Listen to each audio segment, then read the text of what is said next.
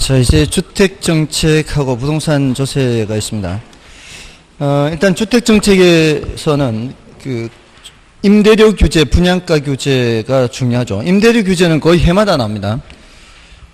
지금 1번처럼 최고 가격제 그냥 이런 식으로 나올 수도 있고요. 이건 임대료 규제와 분양가 규제가 다 나올 수 있어요. 1번 문제에서는. 근데 2번 문제에서는 임대료 규제에 관한 설명증 틀린 것은 이렇게 얘기하고 있죠. 이건 5개 지문이 모두 다 임대료 규제가 나오겠죠. 자, 이런 식으로 임대료 규제는 독립된 문제로도 나오고 섞여서도 나옵니다. 그리고 주택정책에 관한 다음 설명증 틀린 것은 이럴 때도 이제 임대료 규제가 나올 수가 있어요. 그러니까 임대료 규제는 굉장히 다양하게 다 나올 수가 있습니다. 굉장히 중요하고요. 그 중에 지금 1번을 먼저 보십시오. 1번은 이제 가격 상한제라고 하기 때문에 임대료 규제도 나올 수 있고 분양가 규제도 나올 수 있습니다. 1번에 균형 가격보다 높은 수준에서 규제를 하는 경우에는 아무런 규제 효과가 발생하지 않죠. 맞고요. 주택 임대 시장에서 임대료를 규제하는 경우 저소득층의 주거 생활을 안정시키고자 하는 정부의 의도가 오히려 저소득층의 주거 생활을 곤란하게 할 수도 있죠. 그 이유가 뭔가요? 공급이 감소하기 때문이죠. 이게 의도는 시장 임대료가 너무 비싸기 때문에 이렇게 싸게 규제를 하게 되면은 사람들이 좀 더 싼 값에 살 수 있지 않을까라는 생각을 하죠. 근데 의도는 그렇지만 어떻게 돼요? 공급이 줄잖아요. 공급량이 줄면서 수요량은 어떻게 돼요? 수요량이 이제 더 정확하게 하자면 이제 양자를 여기는 붙이죠. 이게 이제 점의 이동이니까 공급량은 감소하고 수요량은 증가하죠. 자, 그러면 초과 수요죠, 이게. 만큼 초과 수요가 나타나면 가격이 올라가야 정상인데 못 올라가게 막고 있죠. 근데 이게 그 많은 임대인들을 다 단속을 할 수가 없어요. 그러니까 정부의 단속이 느슨하면 이게 튀어 올라가죠. 올라가는데 원래 임대료보다 더 튀어 올라가요. 그 이유는 공급량이 줄어들기 때문에. 양이 부족해, 양이 원래보다도 더 줄어들었기 때문에 가격은 더 올라가게 되는 거죠. 이러면은 임차인들이 오히려 더 힘들어질 수 있죠. 그래서 집을 구하기도 힘들 뿐더러 어떤 경우에는 더 웃돈을 얹어줘야 돼요. 계약서에는 물론 여기 이거 쓰겠지만 더 웃돈을 얹어줘야 되기 때문에 오히려 더 힘들어질 수 있다는 게 바로 임대료 규제죠. 저 상황이 될 때까지 시행하면 돼요, 안 돼요? 안 돼요. 그는 저 상황이 될 때까지 시행한다는 얘기는 장기적으로 시행한다는 거거든요. 잠깐 동안 시행한다고 해서 저렇게 되는 건 아니에요. 잠깐 동안은 어느 정도는 효과가 있을 수 있어요. 근데 장기적으로 시행할 때 저런 문제가 생기는 거죠. 다음에 3번에 최고 가격제가 효과적으로 시행되는 경우 시장에서 초과 공급 현상이 발생한다. 초과 공급은 절대 나타날 수가 없죠. 초과 수요가 나타나는 거죠. 다음에 4번에 분양가 규제는 민간주택 공급을 위축시킴으로써, 자, 이번에는 분양가 규제죠. 분양가 규제도 구조가 똑같아요, 이거하고. 임대료 규제와 분양가 규제는 구조는 똑같죠. 이건 이제 분양시장이잖아요. 분양시장에서 분양가가 너무 높다고 판단하니까 정부가 요거보다 아래의 분양가를 규제하는 거죠. 그랬을 때 건설사, 이제 건설사죠. 건설사는 공급량을 줄이잖아요. 분양받으려는 사람들은 늘어나고요. 그래서 여기서도 이만큼 초과수요가 발생하는 거죠. 공급되는 물량은 요거밖에 안 되는데 분양 신청하는 사람은 여기서 이렇게 많은 거죠. 그래서 분양가 규제를 하는 경우에는 민간주택 공급을 위축시키잖아요. 공급량이 줄어들어요. 그래서 중고주택 가격을 상승시키죠. 중고주택 가격 상승시킨다는 게 이거. 이게 이제 올라가는 거죠. 새로 분양받는 주택은 얼마지만, 새로 분양받는 주택은 800이지만 주변 시세는 어때요? 이거보다 훨씬 더 비싼 가격에 거래되는 거죠. 그래서 중고주택 가격이 올라갑니다. 다음에 분양가 규제는 전매 차익이 발생하여 투기적 수요를 불러일으킨다. 저기 지금 이거는 이제 어떤 차이가 있는가 하면은 여기 하고요. 여기서는 임대인들을 모두 다 단속할 수가 없죠. 그러니까 임대인들이 몰래 더 얹어받는 거죠. 임대인이 수요자예요, 공급자예요? 공급자잖아요. 이 공급자가 몰래 더 얹어받는 거죠. 근데 여기서는 건설사가 몰래 더 얹어받을 수 있을까요? 여기는 건설사가 몰래 더 얹어받지는 못해요. 그러니까 건설사가 몰래 더 얹어받지는 못하니까 건설사는 그냥 이렇게 분양할 수밖에 없어요. 단속이 잘 되니까, 건설사는. 근데 여기서는 이제 당첨된 사람, 산 사람이 이걸 이제 차익을 이제 자기가 남기는 거죠. 그러니까 무슨 수요가 나타나는 거예요? 투기적 수요가 나타나는 거죠. 혹시라도 당첨되면은 이 전매 차익을 자기가 가지게 되니까. 이쪽은 음성적 지불이라고 하죠. 예, 여기서 음성적 지불이라고 하는데 여기에서는 전매 차익 이렇게 이제 표현을 한단 말이에요. 그래서 무슨 수요가 나타난다? 투기적 수요가 나타나는 거죠. 그래서 맞고요. 그래서 정답은 3번이고요. 다음에 2번도 보시면은 임대료 규제에 관한 설명 중 틀린 것은 임대료 규제는 임대부동산의 질적 저하를 가져올 뿐만 아니라 고소득층에 비해서 저소득층 임차인들은 집을 구하기가 더 어려워지는 겁니다. 그리고 임대료 규제는 기존 임차인들의 이동을 저하시키죠. 집을 구하기가 어려워지니까 이사를 가기 힘들어지는 거죠. 그리고 정부에서 규제하고 있는 임대료가 시장균형 임대료보다 낮게 설정되어 있을 경우에는 초과 수요를 발생시켜 임대부동산의 부족 현상을 초래하게 된다. 그렇죠. 그 다음에 정부에서 규제하는 임대를 한다가 시장에서 결정되는 균형 임대료보다 높다고 하면 시장에서의 공급량은 증가할 것이다. 아무 효과 없다. 시험에 굉장히 많이 나왔습니다. 그 다음에 임대료 규제로 인한 공급 감소로 암시장이 형성되어 암시장 가격과 규제 가격의 이중 가격이 형성될 수가 있죠. 예, 정답은 4번이고요. 다음에 이제 3번은 여러분이 보시는데요. 그 5번은 난이도가 높아요. 5번은 난이도가 높으니까 그 해설을 보시고 그 정도로만 하고 지나가면 돼요. 굳이 너무 깊게 알려고 할 필요는 없고요. 3번은 1, 2, 3, 4번 지문을 알고 계시면 되겠습니다. 5번 지문은 굳이 알려고 하지 마시고요. 참고로 알고 계시면 돼요. 다음에 이제 4번, 5번, 6번은 계산 문제죠. 4번, 5번, 6번은 이제 임대료 규제 또는 분양가 규제 계산 문제인데 계산 문제는 어떻게 한다 그랬어요? 임대료 규제 계산은 임대료 규제 계산은 규제 가격을 일단 대입한다고 안 했나요? 그죠? 규제 가격을 대입한다 그랬어요. 그 다음에는요? 어디다 대입한다 그랬어요? 규제 가격을 어디다 대입?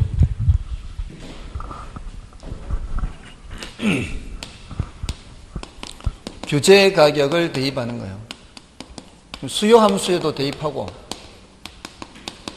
공급 함수에도 대입하고 다 대입하는 거예요. 두 번째는 뭐예요? 수요량과 공급량 계산되겠죠. 공급량이 더 많을 수가 있고 수요량이 더 많을 수가 있죠. 맞나요? 계산 결과가. 그럼 이때는 어떻게 한다 그랬어요? 이때는 초과 수요 얼마 이렇게 대답하죠. 이때는 아무 효과 없다 이렇게 하면 되는 거죠. 자, 왜 이렇게 한다 그랬어요? 지금 그 규제 가격이라는 게 우리가 이제 임대료 규제를 하게 되면은 이제 수요 함수, 공급 함수를 주잖아요. 수요 함수, 공급 함수를 주면 이제 그래프로 나타내면 이렇게 될 거 아니에요. 근데 문제에서 제시하는 규제 가격이 요거보다 위에 있는지 요거보다 아래에 있는지 알고 시작해요? 모르고 시작해요? 모르고 시작하잖아요. 균형 가격이 어딘지 모르고 시작한단 말이에요. 그러니까 일단 집어넣어 보는 거예요.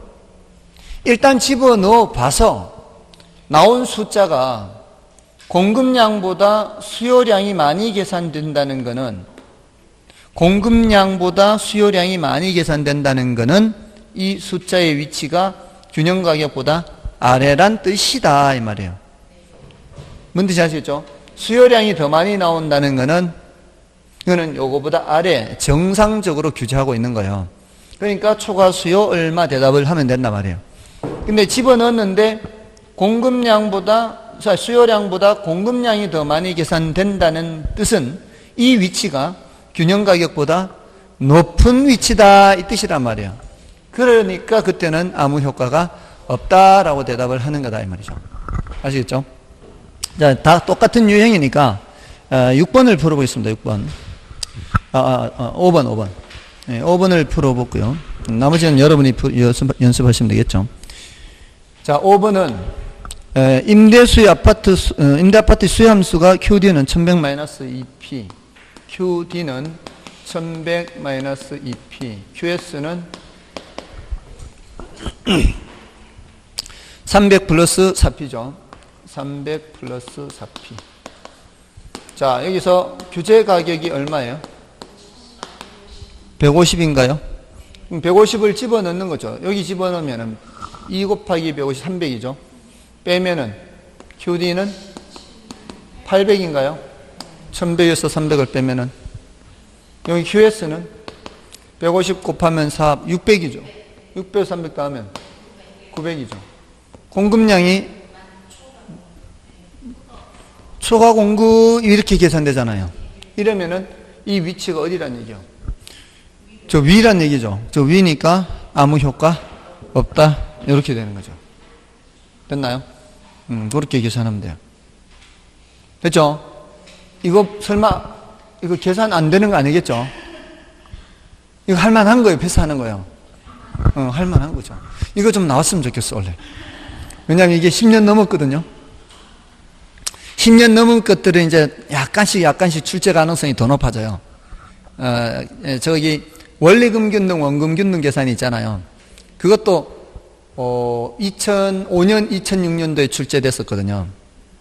2005년, 2006년도에 출제돼서 제가 2014년부터 이거 이제 10년 다 돼가니까 출제될 거다 했는데 2014년 출제 안 되고 2014년부터 제가 그랬는데 2013년 출제 안 되고 2014년 출제 안 되고 드디어 2015년도에 출제됐어요.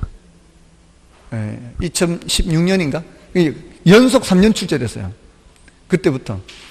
그 전에도 연속으로 출제되더니 이번에도 연속 출제. 이제 원래는 출제될 가능성이 좀 낮아요. 이제는 원리금균등, 원금균등은 출제 가능성이 좀 낮습니다. 근데 요거는 이제 출제 조금씩 이제 더 올라가는 거죠. 자, 아무튼 나머지 연습해 보십시오. 자, 다음에 7번이요. 7번 분양가격 통제는 주택 생산이나 공급에 큰 영향을 주게 되는데 다음 중 분양가격 통제가 주택시장에 미치는 영향이라고 보기 어려운 것은 주택의 품질이 향상되기 어렵게 된다. 맞죠? 자, 이거는 이제 분양가는 건설사잖아요. 건설사한테 규제를 하기 때문에 이 건설사는 몰래 더 웃돈을 얹어받을 수가 없다 그랬잖아요. 근데 분양가를 규제하게 되면은 돈이 안 되니까 고급 자재를 사용할 수가 없잖아요. 그러니까 질이 떨어지기. 그다음에 분양가격과 실거래가격, 즉 시장에서 형성된 시가의 격차가 시간이 갈수록 심화돼요. 시간이 갈수록 공급 물량이 줄잖아요. 그럼 이 격차가 점점 더 심해지는 거죠. 맞나요? 네, 그래서 가수요를 유발하여 결국 주택가격이 상승하게 되고요. 그다음에 분양가 규제는 소비자의 과소비를 불러일으켜 자원 배분의 비율을 초래할 수 있다. 이게 뭔 소리야? 분양가를 규제하지 않을 때 평당 1000만 원일 때라고 생각해 보세요. 평당 1000만 원일 때 30평 집을 사려면은 3억이 있어야 되죠. 근데 2억 4천밖에 없는 사람은 24평짜리 집을 살 수밖에 없죠. 2억 4천밖에 없으니까. 근데 이걸 평당 800으로 규제를 하면은 평당 800으로 규제를 하면은 2억 4천 갖고 있는 사람이 자기 분수에 따라 24평짜리 신청할까요? 30평짜리 신청할까요? 30평짜리 신청한다는 거예요. 2억 4천으로 살 수 있으니까 38에 24. 그러면 그 사람 수준에서는 24평짜리가 적당한 사람인데 이 사람은 30평짜리 집을 소비하게 되는 거죠. 그게 이제 과소비라는 거죠. 그만큼 이제 관리비라든가 이런 뭐 냉난방비 이런 게 더 발생할 수가 있죠.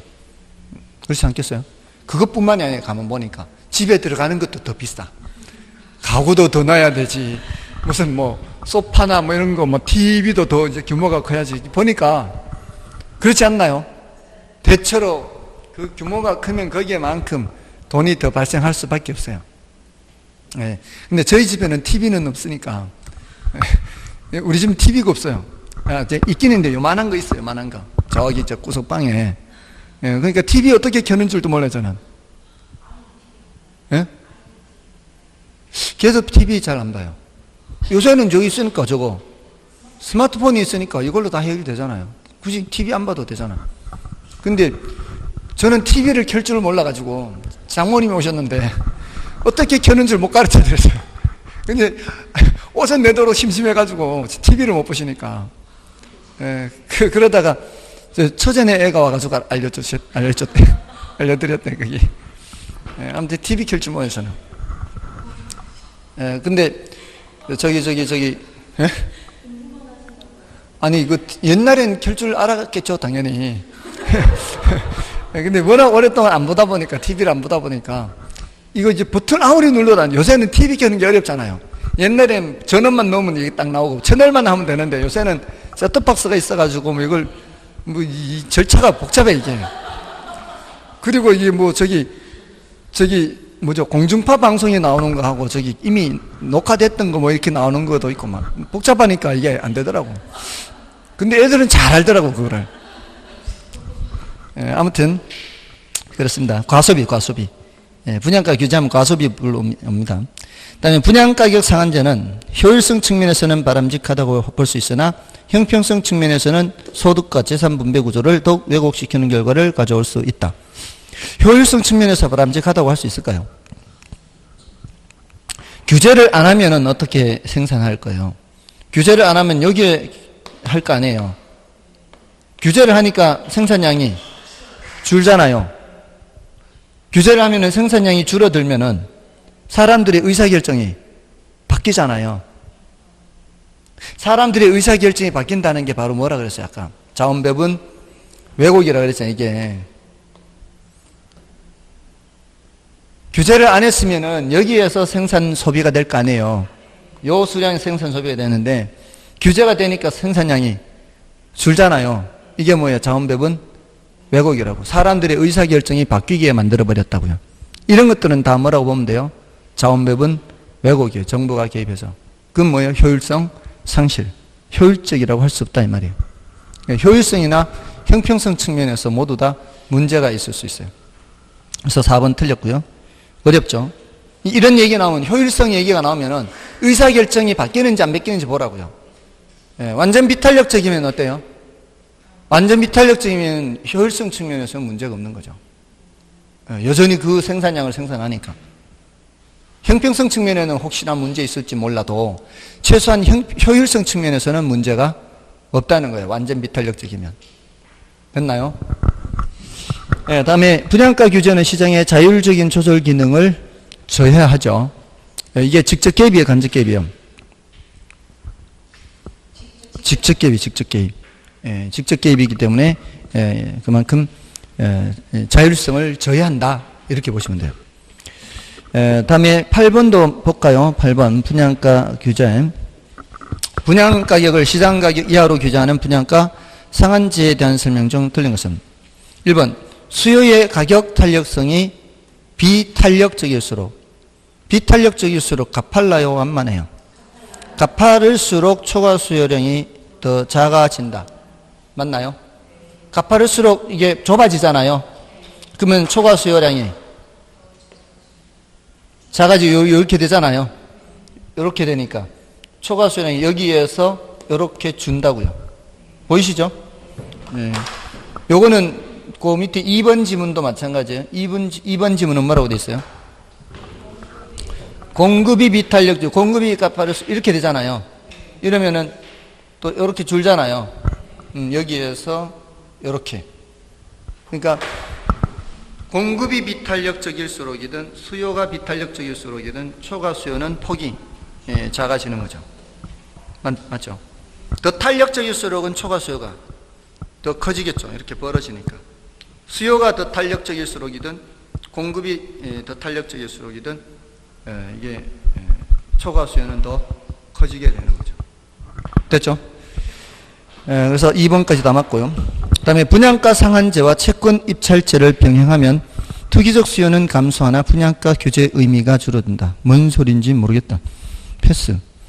4번은 분양가 상한제는 최고 가격 규제 하나로 주택가격을 안정시키기 위한 목적으로 시행되고 있다. 목적은 그렇죠. 목적은 그렇습니다. 그 다음에 분양가 규제는 수요를 증가시켜 균형 거래량이 증가하게 한다. 수요를 증가시키기는 하지만 수요량이 증가하긴 하잖아요. 근데 어떻게 이게 공급 물량이 감소하잖아요. 아무리 수요하고자 하는 양이 늘어날지라도 그게 그대로 거래량이 늘어난다는 보장은 없죠. 공급자들이 안 만드는데 어떻게 더 거래량이 늘어나겠어요. 공급량은 줄어들기 때문에 거래량은 줄어들게 되는 겁니다. 5번이 틀렸고요. 3번은 뭔가 하면은 이게 분양가 상한제와 채권 입찰제를 병행하잖아요. 여기 이게 분양가는 800인데 만약에 시장 가격이 1200이라면 사람들이 얼마만큼의 전매 차익을 얻을 수 있어요? 400만큼의 전매 차익을 얻을 수가 있죠. 전매 차익 400을 얻어요. 자, 이걸 안다면은 여기에 투기적 수요자들이 많이 신청할 거 아니에요. 자, 그러면은 누구한테 우선권을 줄 거냐 이 말이야. 집은 얼마 없는데 찾는 사람 많아. 집은 한 채밖에 없는데 찾는 사람은 5명이에요.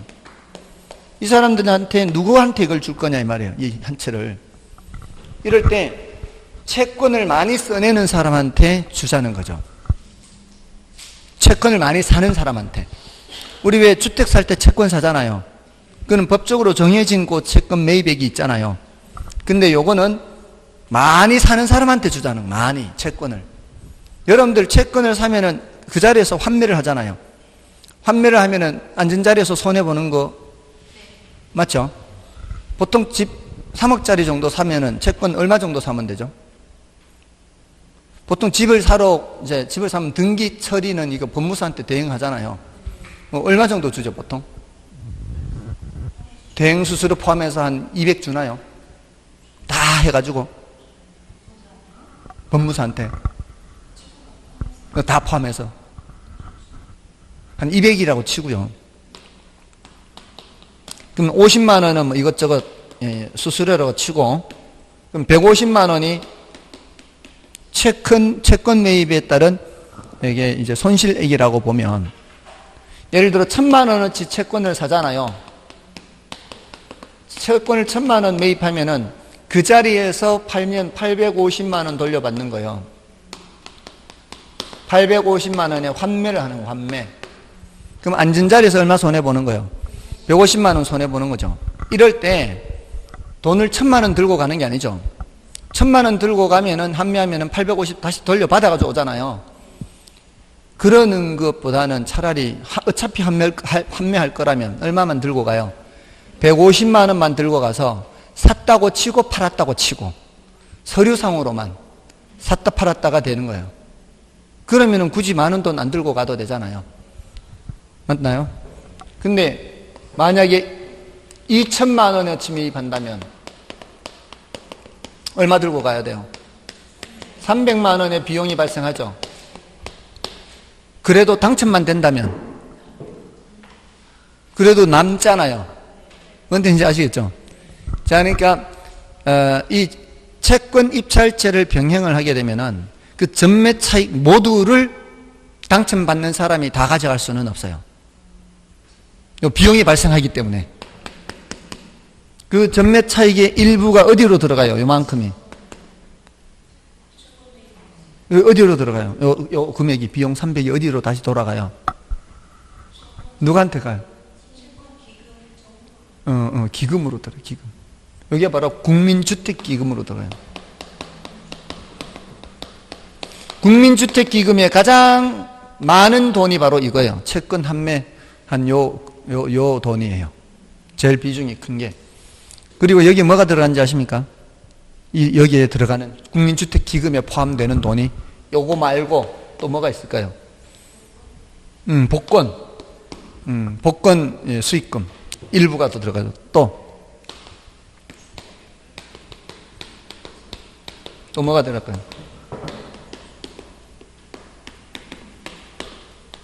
주택청약 종합저축.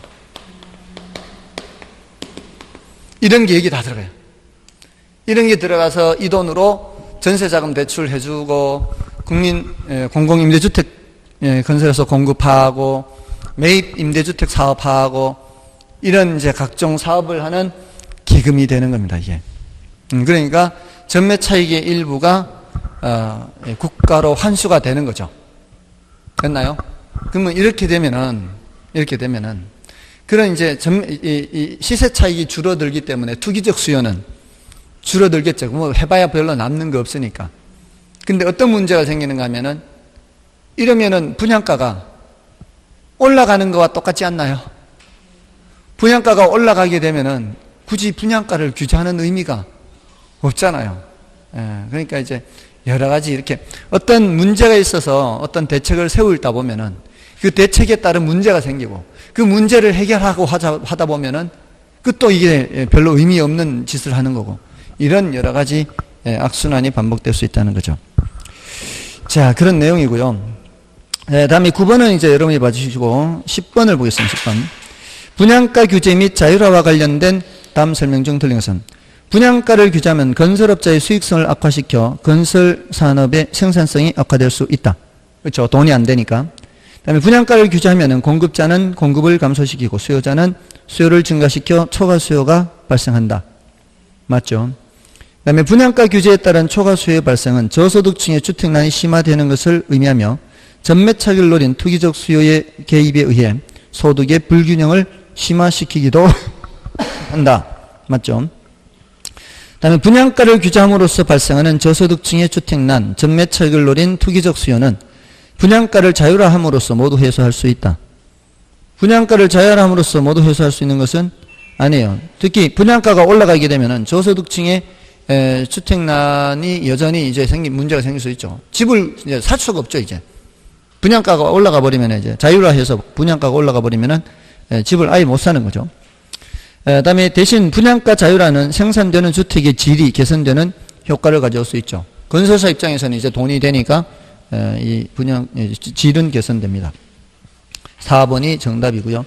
그래서 4번에서 그런 문제 때문에 저소득층의 주택난 이런 거는 해결하기가 어렵기 때문에 이제 임대료 보조라든가 공공임대주택 이런 얘기가 나오는 거죠. 그래서 지금 11번에 이제 임대료 보조 이런 얘기가 나오는 거죠.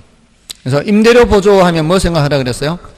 달동네 사는 저소득층들한테 임대료를 보조했을 때 단기, 장기 효과 이렇게 생각하라 그랬죠. 그래서 저소득층들이 수요를 단기적으로 증가시키고 수요를 증가시키면서 그 과정에서 임대료가 올라간다 그랬죠. 임대료가 올라가면은 공급자들이 돈이 되니까 장기적으로 공급을 증가시키죠. 근데 저소득층들이 원하는 저가주택에 대한 공급은 새로 지어서 공급하는 게 아니라 고가주택 시장에서 낡아지기 시작하는 것이 하향여가 돼서 공급이 증가한다. 이렇게 얘기를 했죠. 그 과정을 머릿속에 담고 있으면 돼요. 그래서 11번을 보시면 임대료 보조 정책은 임대부동산 시장에서 임차자 입장에서는 임대부동산의 공급 가격이 하락한 것과 같은 효과가 나타난다. 맞죠? 보조받으니까 자기 주문에서는 좀 적은 돈이 나와도 되잖아요. 그러니까 공급 가격이 하락한 것과 같아요. 주택 보조에는 소비자 보조 방식과 생산자 보조 방식이 있으며 임대료 보조는 소비자 보조 방식이라 할 수 있다. 그렇죠? 다음에 임대료 보조액만큼 보조하면 현금으로 보조하면 소비자의 효용이 더 증가하게 된다. 맞죠? 이 임대료 보조가 특별한 언급이 없으면 무슨 보조라 그랬어요? 가격 보조라 그랬잖아요. 특별한 언급이 없으면 임대료 보조는 가격 보조입니다. 가격 보조는 어떤 차이가 있어요? 현금 보조, 현물 보조, 가격 보조 중에 제일 좋은 게 뭐예요? 현금 보조죠. 근데 정부가 의도한 효과가 나타날 가능성이 가장 높은 것은 가격 보조예요. 가격 보조는 깎아주는 거예요. 현물 보조는, 현금 보조는 돈으로 주는 거거든요. 이거는 정부가 의도한 대로 나타나지 않을 가능성이 많아요. 예를 들어 성남시에서 지난번에 그 청년수당 했잖아요. 통장에 50만 원 돈 넣어주는 거예요. 지금 뭐 고양시에서도 한대요. 고양시에서는 고양페이라 그래가지고 뭐 이렇게 분기별로 25만 원씩 준대요. 카드를 준대요. 카드. 거기서는 카드 주는 거는 현금 보조예요, 현물 보조예요, 가격 보조예요. 현금 돈을 줘야 현금이지. 카드 줬다니까. 현물이죠, 현물. 현금은 언제 어디서 쓰는지, 어디서든 쓸 수 있는 게 현금이죠. 근데 현물 보조죠, 이거는. 돈을 주는 게 아니죠. 돈처럼 쓸 수는 있죠. 근데 돈은 아니잖아요. 이런 건 다 현물 보조라고 봐야 돼. 왜냐하면 차이가 보세요. 물론 25만 원까지 쓸 수 있어요. 분기별로. 이 카드로. 그 지역에서.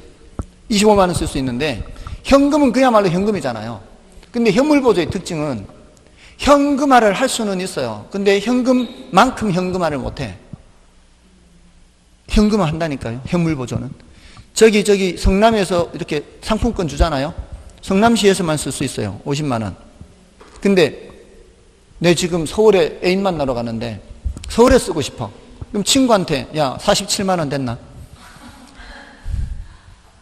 깡이 되는 거야. 깡이. 카드 줬다 그랬죠. 카드 저기 업체에 가가지고 25만 원 긁으면서 20만 원 됐습니까? 될 수도 있겠지. 긁기는 25만 원 긁고 물품 샀다고 긁고 돈으로 20만 원 받아가는 거죠. 현물보조의 특징이 이런 식으로 현금화를 할 수 있다는 특징이에요. 근데 현금 25만 원으로는 안 되는 거지. 자, 그러니까 어떤 게 만족이 가장 높은 거예요? 현금 보조가 제일 만족이 높고 현물 보조는 그 다음이고요. 가격 보조는 뭔가 하면은 깎아주는 거라고요. 그 카드를 들고 가면은 구매한 것의 반을 할인해 준다고. 구매한 것의 반을 할인해서 분기별로 최대 25만 원까지 되도록 할인해 주는 거예요. 이거는 현금화할 수 있는 방법이 있어요, 없어요? 현금화할 수 있는 방법이 별로 없어. 뭔지 아시겠어요? 그러니까 제 분기가 다 끝나가는데 아직 20만 원, 10만 원밖에 못 써서 할인 혜택 받는 게 10만 원밖에 안 돼. 그러면 어쨌든지 목록을 작성해서 그 안에 다 쓰려고 할 거 아니에요. 그 안에 다 쓰려고. 그 지역 안에서. 그래서 그 정부가 의도하는 효과가 나타날 가능성이 가장 높은 것은 가격 보조란 말이에요. 깎아주는 거. 아시겠어요? 조금 더 이제 구별이 되나요? 가격 보조. 그래서 특별한 언급이 없으면은 임대료 보조는 뭐다? 가격 보조, 가격 보조. 그래서 임대료 보조액만큼 현금으로 보조하면 소비자의 효용이 더 증가하게 된다는 거죠. 다음에 임대료를 보조하면 과거보다 더 많은 고가 임대주택을 소비하게 되고 효용도 그만큼 더 높게 나타나며 다른 재화의 소비도 역시 증가하게 된다. 더 많은 고가 임대주택을 소비하면 말이 안 돼요. 그죠? 겨우 이제 달동네 사는 사람들이 임대료를 보조받아서 고가 임대주택을 한다면 이건 말이 안 되는 거예요. 그래서 저가 임대주택을 소비하게 되는 거죠. 다음에 저소득층이 부담하는 임대료를 경감시키고 저소득층 실질 소득이 상승하는 효과를 가져옴으로써 다른 조건이 동일할 경우에는 경우 소비하는 임대주택의 양을 증가시키는 거죠. 수요가 증가하게 되니까. 다음에 12번도 보시고요. 11번은 정답이 4번이었고요. 저가주택 시장에서 발생 효과가 아닌 것은 했어요. 1번에 임대료를 보조받은 저소득층은 실질 소득이 증가한 것과 같은 효과가 발생하므로 저가주택 시장에서 단기적으로 수요가 증가하고 임대료는 올라가죠. 수요가 증가하니까 임대료가 올라갑니다. 다음에 2번에 임대료 보조로 인하여 저가주택 임대료가 상승하면 기존의 공급자는 초과 이윤을 누리게 되고 이러한 초과 이윤을 노리고 장기적으로 신축으로 인한 공급이 증가하게 된다. 저가주택의 시장에서는 신축으로 인한 공급이 아니라 하향 여과에 의한 공급 증가죠. 그래서 2번 틀렸고요. 그 다음에 3번에 저가주택 시장에서의 공급은 하향 여과 과정을 통해서 이루어져야 3번처럼 돼야 되죠. 정부의 저가주택의 신축에 대한 규제. 자, 이게 뭔 말일까요? 저가주택의 신축에 대한 규제라는 것은 허름한 그 불법 건축물 같은 거 있죠. 허름한 불법 건축물 같은 것들을 짓는 거. 이게 저가주택 신축에 대한 규제가 강력해야 돼요. 그러니까 함부로 무허가 판잣집 같은 거, 뭐 이런 것들을 짓지 못하게 해야 하향 여가가 될 거 아니에요. 만약에 이런 거를 단속을 제대로 안 하면 어떻게 해? 무허가 불법 건축물을 지어서 하향 여가가 잘 안 되겠죠. 그 얘기입니다. 강력해야 돼요. 강력해야 하향 여가가 되는 거예요. 그래서 하향 여가가 발생하여 저가주택의 공급량이 증가하면 임대료는 회복되고 균형량은 증가하는 거죠. 그만큼 이제 하향 여가가 되는 만큼 거래량은 증가하게 된다는 겁니다.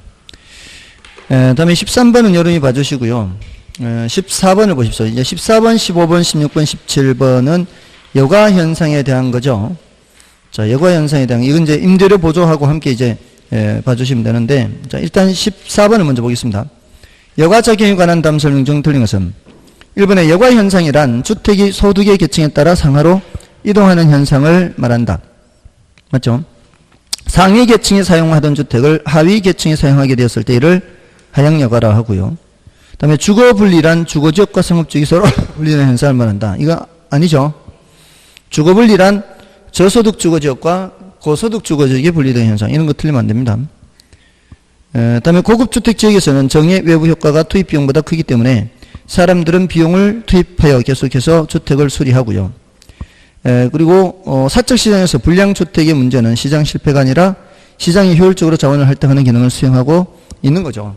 불량주택 문제는 시장 실패가 아니다 했고요. 정답 3번이었고, 그 다음에 15번도 보겠습니다. 주택의 여가 과정에 대한 설명 중 틀린 것은 상향여가란 저급주택이 수선 또는 재개발되어 상위 계층 사용으로 전환되는 것을 말한다. 맞나요? 맞죠? 그 다음에 하향여가가 발생하면 전체적인 저급주택량은 원래 수준보다는 많아지겠죠. 하향여가가 되는 만큼 이제 더 많아지게 됩니다. 그 다음에 일정 수준 이하의 주택 신축 공급이 제한되면, 자, 이게 저급주택이요. 저급주택 신축 공급이 제한되면 일정 수준 이하의 주택 공급은 저급주택의 공급은 이 말이에요. 하향여가에서 발생한다는 것과 관련된다. 그죠? 함부로 저급주택은 짓지 못하게, 불량주택은 함부로, 이 무허가 판잣집 같은 거, 이런 거는 함부로 짓지 못하게 규제를 해야, 제한을 해야 하향여가가 발생하는 거죠. 그 다음에 상향여가는 소득 증가 등으로 인해 저가주택에 대한 수요가 증가할 때 나타난다. 상향여가는 저가주택에 대한 수요가 감소할 때 나타나는 거죠. 상향여가라는 게 여유가 있는 사람들이 저가주택을 이제 구매하지 않고 고가주택으로 가는 게 상향여가잖아요. 그러려면 저가주택에 대한 수요가 감소해야 되죠. 저가주택에 대한 수요가 증가할 때 나타나는 것은 하향여가지 않습니까? 그다음에 그래서 틀린 거고요. 하향여가가 발생하면 전체 주택에서 저급주택이 차지하는 비중은 늘어나죠. 그다음에 16번은 여러분이 보시고요. 17번을 보겠습니다. 주거분리와 여가 과정에 있어서 나타난 여러 가지 현상에 대한 설명이다. 틀린 것은 1번 도시에서 중고소득층의 주거지역과 저소득층의 주거지역이 서로 분리되고 있는 현상을 주거분리라 한다. 맞고요. 주거분리의 원인으로 외부 효과를 들 수 있으며 저급주택 지역에서는 부의 외부 효과 때문에 수선을 하지 않고 그대로 두는 것이 유리할 수 있죠. 그러니까 이제 점점 불량주택 지역이 되어가는 거죠. 그 다음에 어떤 지역에 저급주택의 수요가 증가하는 경우에 저급주택의 신축을 장려하는 정책이 활성화될수록 하향여가는 활발하게 진행된다. 이거 벌써 세 번째 나왔죠. 신축을 장려하면 안 되죠. 신축이 규제되어야 되죠. 저급주택 신축이 규제되어야 이 하향여가가 활발하게 진행됩니다. 그 다음에 주변 부동산의 유지 보수가 잘 되어 있다면 인근 지역의 부동산도 외부 효과에 의해 이득이 있죠. 정의 외부 효과가 나타납니다. 그 다음에 저소득층 가구들은 가능한 한 고급주택 지역 가까이 위치하려고 하므로 고소득층 지역에 인접한 경계 지역의 저가주택은 할증돼서 거래되겠죠. 조금 더 비싼 값으로 거래될 겁니다. 다음은 이제 공공임대주택 공급이거든요. 18번, 19번은. 그 중에서 19번을 보겠습니다. 우리 공공임대주택 공급은 어떻게 생각하라 그랬어요? 우리가 사는 옆 동네에 공공임대주택을 공급하게 됐을 때 내가 사는 사적시장에서 사적시장의 임대시장에서 어떻게 되는지 보라 그랬죠. 다른 시장 말고 임대시장에서. 옆 동네 공적시장에 공공임대주택을 공급을 하면은 사적시장의 임대료보다는 더 싸게 공급을 해야 될 거 아니에요. 더 싸게 공급을 할 때 여기는 50이라고 치고요. 여기는 이제 40으로 제공하면은 이 시장에서 나타나는 단기적으로 장기적으로 어떤 효과가 나타나느냐. 단기적으로는 수요 변화를 보고 장기적으로는 공급 변화를 보죠. 단기적으로 어떻게 돼요? 여기 수요가 감소하죠. 수요가 감소하면 가격이 내려가죠. 어디까지 내려가요? 40까지 내려가요. 40까지. 임대료가 40까지 내려갑니다. 이러면 더 이상 이러면 더 이상 이쪽으로 갈 필요가 없죠. 40까지 내려가면은 여기도 40, 여기도 40이니까 사적 시장의 임차인도 혜택을 보죠. 사적 시장의 임차인도 혜택 보는 거예요. 그러면 굳이 갈 이유가 없죠. 사적 시장의 임차인이 혜택 본다는 얘기는 임대인은 손실 본다는 얘기죠. 임대인이 손실 보면은 계속해서 공급하겠냐고요. 공급을 줄이겠죠. 공급을 줄이면은 공급 곡선이 왼쪽으로 이동합니다. 빠져나가죠, 사람들이. 안 하고 빠져나가는 거예요. 그럼 공급이 감소하면 이렇게 다시 임대료가 올라가겠죠. 어디까지 올라가요? 50까지 올라가면은 정상 이윤을 회복하는 거예요. 정상 이윤을 회복한다는 얘기는 임차인 입장에서는 더 이상 혜택을 못 보는 거예요. 그럼 누구만 혜택 보는 거예요? 이쪽으로 갖는 사람만 혜택 보는 거죠. 여기 남아있는 사람은 이제 혜택을 볼 수가 없죠. 그러면서 장기적으로는 사적 시장의 임대주택의 양이 줄어들죠. 이 줄어드는 이유는 이쪽에 그만큼 늘어났기 때문에 이쪽에 줄어드는 거죠. 그럼 장기적으로는 사회 전체 임대주택의 양은 변함이 없는 거죠. 여기 늘어난 만큼 저쪽에 늘어난 만큼 이쪽에 줄어들기 때문에. 자, 그래서 문제를 19번을 보면 19번 틀린 걸 찾는 거죠. 1번에 공공임대주택의 공급은 장기적으로는 임대료에 대한 이중 가격을 형성하며 공공임대주택에 거주하는 저소득층에게만 혜택을 준다. 맞죠? 장기적으로는 이제 공공임대주택 임차인만 혜택 보는 거예요. 다음에 공공임대주택 공급은 사적 임대주택 시장에서 공적 임대주택 시장으로 수요가 이동하게 하여 사적 임대주택 시장에서 임대료를 단기적으로 하락시킨다. 맞죠? 그래서 단기적으로는 모두 혜택 보는 거죠. 다음에 사적 시장에서 단기적으로 임대료가 하락하여 기존 공급자들이 손실을 보게 되어 공급이 감소하게 되면 장기적으로 임대료는 원래 수준으로 상승하게 되죠. 다음에 장기적으로 사적 임대주택 시장에서 줄어드는 공급량은 공적 임대주택 시장에 공급하는 양과 일치하게 된다. 그죠? 그러니까 사회 전체의 양은 변함이 없다. 이렇게 하죠. 자, 5번의 공공임대주택의 공급은 사적 시장에서 기존 임차인들의 가격 탄력성이 더 작게 한다. 공공임대주택이 공급되면은 선택의 여지가 더 많아지는 거잖아요. 그러면은 거기 5번이 틀렸죠. 5번이 정답이고요. 다음에 이제 20번, 21번, 22번 여러 가지가 있는데요. 그 20번의 경우에는 이거는 종합적으로 나와 있는 거죠. 공공임대주택도 있고 또 임대료 규제도 있고 있는데 그거는 이제 여러분이 봐주시고요. 20번, 21번은 22번에 선분양, 후분양을 보겠습니다. 자, 이거는 이제 한 번 정도 이제 10분의 1이거든요. 그래서 이거는 요 문제를 통해서 한 번 정도 체크한다 이렇게 보시면 돼요. 이거는 중요도는 좀 낮고요. 주택의 선분양 제도 및 후분양 제도와 관련된 다음의 설명 중 틀린 것은 1번에 선분양 제도는 경기 변동으로 인해 입주 시점에서 주택 가격이 하락할 경우 발생할 수 있는 위험을 소비자가 전적으로 부담한다. 맞죠? 미리 분양을 받아버렸잖아요. 그래서 혹시라도 이제 가격이 하락할 때 마이너스 P죠. 마이너스 P의 부담을 소비자가 부담하는 거고요. 그다음에 선분양 제도는 건설 업체의 위험을 최소화하고 적은 자금으로도 대형 사업을 시행할 수 있다. 맞죠? 이 분양받은 사람들이 돈 넣으면 그걸로 건설하면 되니까 건설사 입장에서는 땅 짓고 헤엄치기입니다. 그다음에 3번에 후분양제를 도입할 경우 분양 가격을 일시에 지불해야 하기 때문에 목돈 지불에 어려움이 발생한다. 그런 단점은 있기는 하죠. 후분양하면은. 그다음에 후분양 제도는 건설업체들의 자금 조달에 어려움이 발생할 수 있다. 이거는 일단 다 짓고 분양하는 것이기 때문에 돈이 있어야 되는 거죠. 자, 그래서 5번에 그 대책으로 나오는 얘기예요. 후분양제 시행 시 수요자의 목돈 지불의 문제점을 보완하기 위해서는 프로젝트 파이낸싱 기법이 공급자의 자금 조달의 문제를 보완하기 위해서는 저당 유동화 제도가 활성화되어야 한다. 이게 바뀌어 있어요. 공급자의 자금 조달의 문제를 보완하기 위해서 프로젝트 파이낸싱이 필요하고요.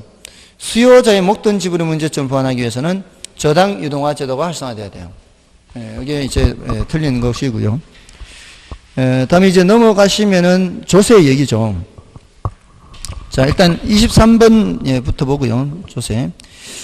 부동산 조세의 기능과 조세 부과 효과에 대한 다음 설명 중 틀린 것은 부동산 조세는 부동산 자원을 배분하는 기능이 있다. 자원 배분 기능, 조세 기능 중에 있죠. 조세 기능 중에는 일단 소득 재분배 기능과 자원 배분 기능이 있습니다. 그 두 가지, 소득 재분배, 자원 배분. 그래서 1번은 자원 배분 기능이고요. 2번은 소득 재분배 기능이에요. 2번이 부동산 조세는 빈익빈 부익부 현상을 완화시키는 기능을 갖죠. 그 다음에 3번은 주택 임대 시장에서의 조세 증가는 수요와 공급의 상대적 탄력도에 따라 결정되나 주택 매매 시장에서의 조세 증가는 그러하지 않다. 이거는 조세 증가는 매매 시장이든 임대 시장이든 관계없습니다. 매매 시장이든 임대 시장이든 모든 시장에서의 조세 증가는 다 상대적 탄력도예요.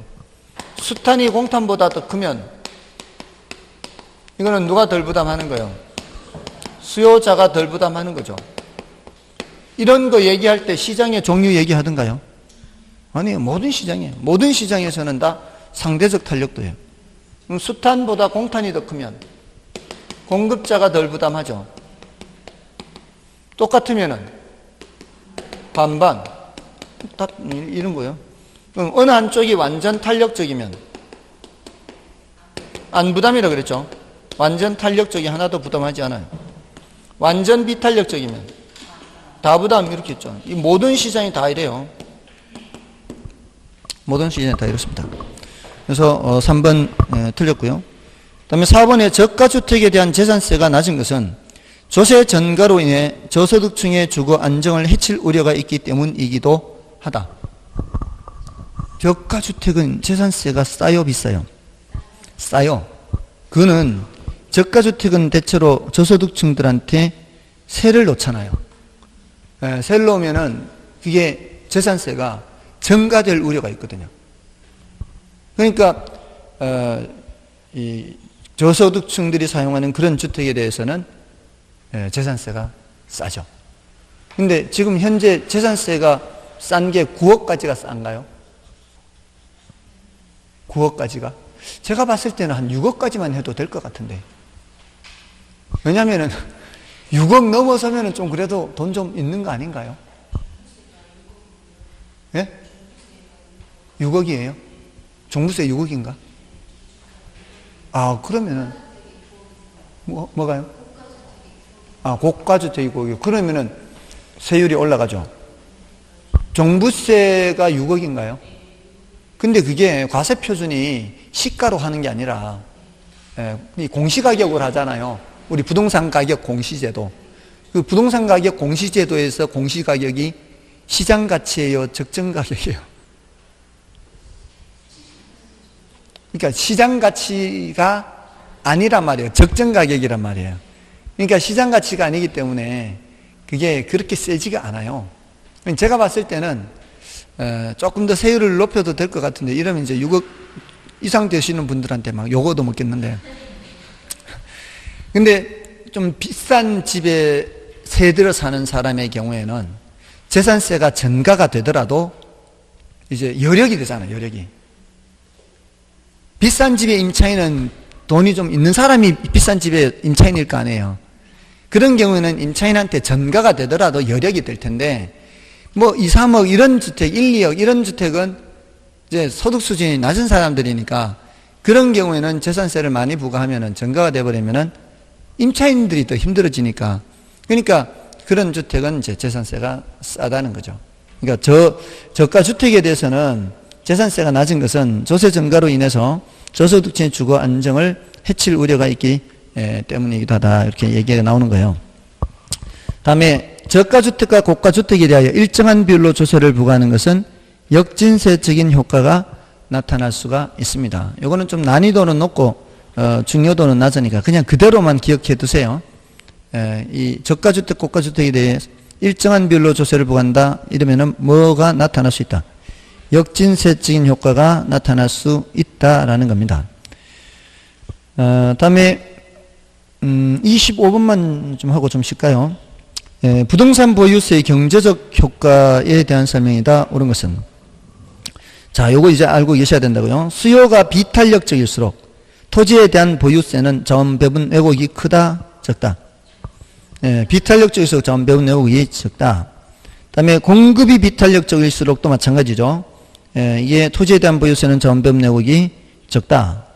그다음에 공공임대주택 공급 확대 정책은 임대주택의 재산세가 임차인에게 전가되는 현상을 악화시킬 수 있다. 아니죠. 완화시키죠. 공공임대주택을 많이 공급하면은 임차인들의 선택의 여지가 많아지잖아요. 그러면 임차인들한테 전가되는 현상을 줄일 수 있는 거죠. 다음에 4번에 임대주택의 경우 임대인의 공급 곡선이 탄력적이고 임차인의 수요 곡선이 비탄력적일 때 이거 어떻게 하라 그랬어요?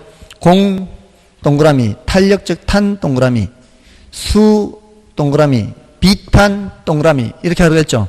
공탄, 수, 비탄이에요. 그럼 누가 덜 부담해요? 공급이 덜 부담하죠.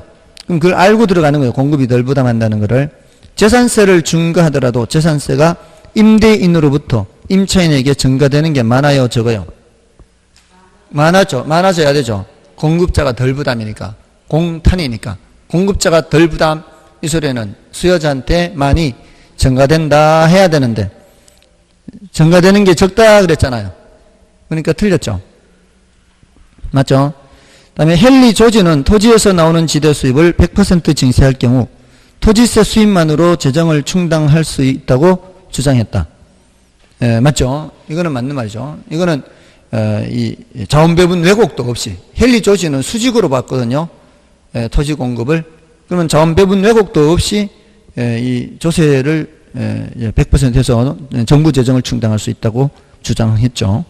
25번은 이제 중요도가 높은 문제입니다. 이 문제면은 커버할 수 있는 게 다양하니까 그 조세 자체가 좀 중요도가 높으니까요. 다음에 이제 26번부터는 좀 쉬고 할까요?